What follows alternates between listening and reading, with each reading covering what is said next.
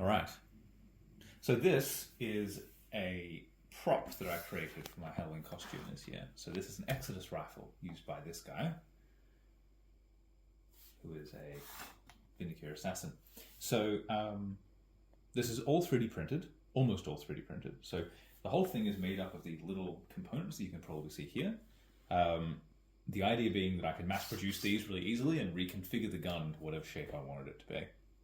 Once I had it all printed though, there were a couple of other things I wanted this to do which were kind of cool, and that's what I wanted to show today. So firstly, this is an actual real scope, and this is going to come into play quite a bit later on.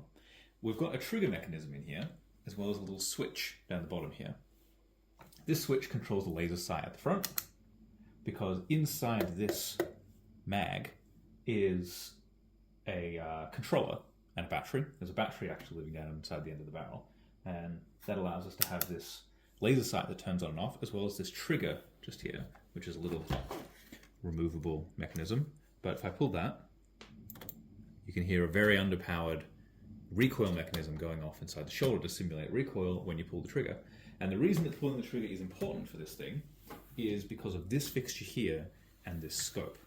So here I have my phone with its camera turned on, and it fits neatly in here, and then if I focus it, looks straight down that barrel. This connects to the gun via Bluetooth, which means that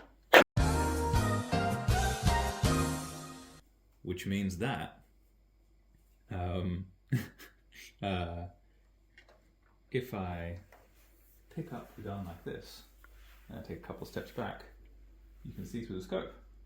And if I turn the laser sight on, you can then see, which is also mostly zeroed, you can see where it's aiming on our friend in the distance. And if I pull the trigger, it takes a photo, which means that we can take a photo of whatever we want.